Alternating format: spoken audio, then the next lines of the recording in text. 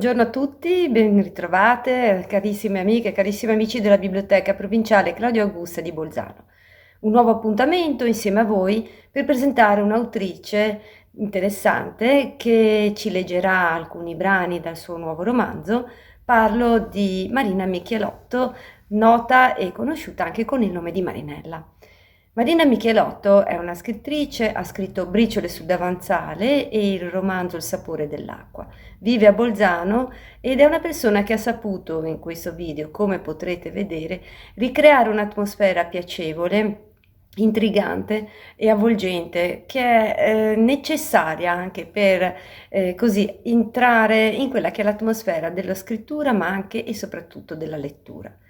Gli scrittori e le scrittrici che nel nostro territorio per fortuna non mancano e lo testimoniano anche le numerose associazioni e attività che riusciamo a mettere in piedi anche con l'Associazione Scrittori di Bolzano oppure Lettera 7 di Laibes, sono prima di tutto, dicevo, questi scrittori e queste scrittrici dei fortissimi robusti lettori e lettrici. Ed è questo anche l'augurio e l'auspicio con cui noi cerchiamo di portare avanti un'attività in forma appunto anche virtuale per mantenere questo legame, questa affezione e soprattutto la curiosità e l'entusiasmo nella lettura, la lettura che ci apre dei nuovi orizzonti e ci fa entrare in contatto con sempre nuove persone. Vi ringrazio, vi mando un grande e caloroso saluto dalla Biblioteca Provinciale Claudio Augusta e un arrivederci a presto, ma intanto restiamo a casa. Grazie.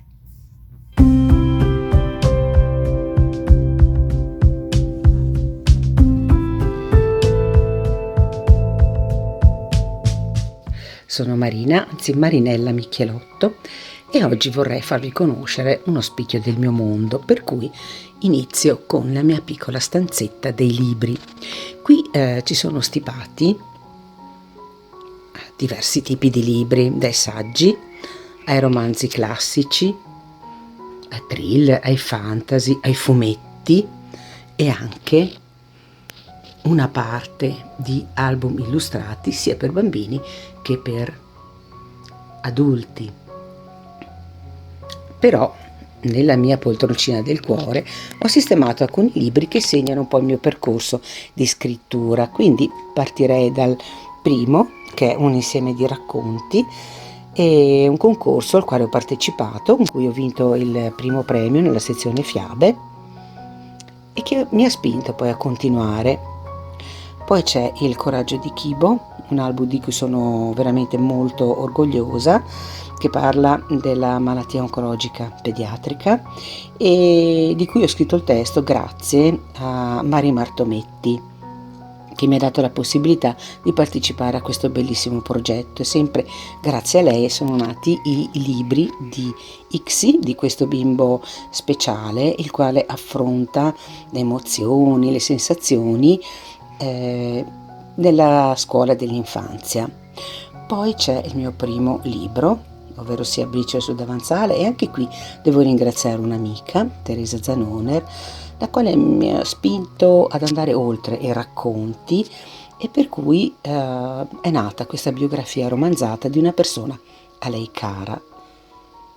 Bene, ora però vorrei presentarvi il nuovo libro, ma siccome nel frattempo mi è venuta sete, ci spostiamo di là.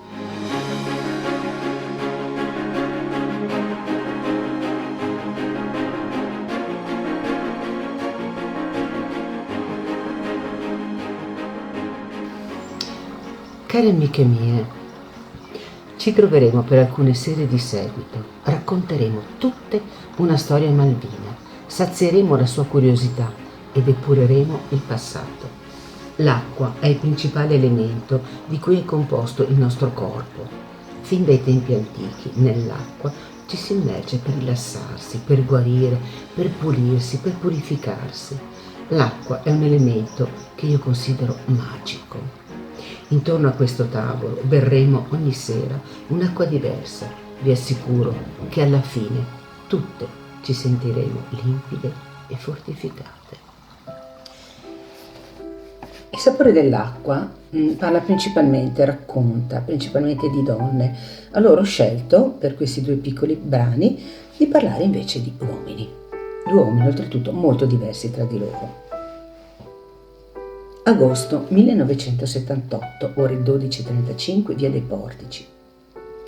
Quelli di Antonio, più che cauti sogni, erano sfacciati desideri. Pareva che via Portici fosse refrattaria a fantasie e delicatezze. Ciò che voleva nell'immediato il gruista Antonio era misera pochezza.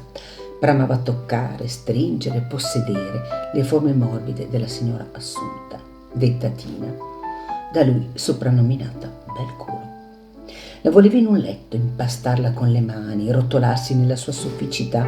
Non gli bastavano certo i baci rubacchiati tra i portoni. Difficilmente il gruista notava bruttezza in una donna, ne aveva avute tante, ma per la signora Assunta il cuore aveva palpitato. Un viso da Madonna con rispetto parlando, pensava Antonio facendosi segno della croce, abbinato però ad un corpo da diavola tentatrice, sempre con rispetto parlando. E mentre la moglie scolava la pasta e i bambini erano al paese dai nonni veneti, lui si crogiolava nella fantasia che voleva avverare nel pomeriggio. Avrebbe forzato un po' gli avvenimenti e in fondo gli sarebbe bastata un'ora per far capire ad Assunta come era fatto un vero uomo. Si stiracchiò di buon umore e dal divano si trasferì a tavola. Cazzo, Carmela, pasta asciutta con questo caldo. E la bottiglia di primitivo?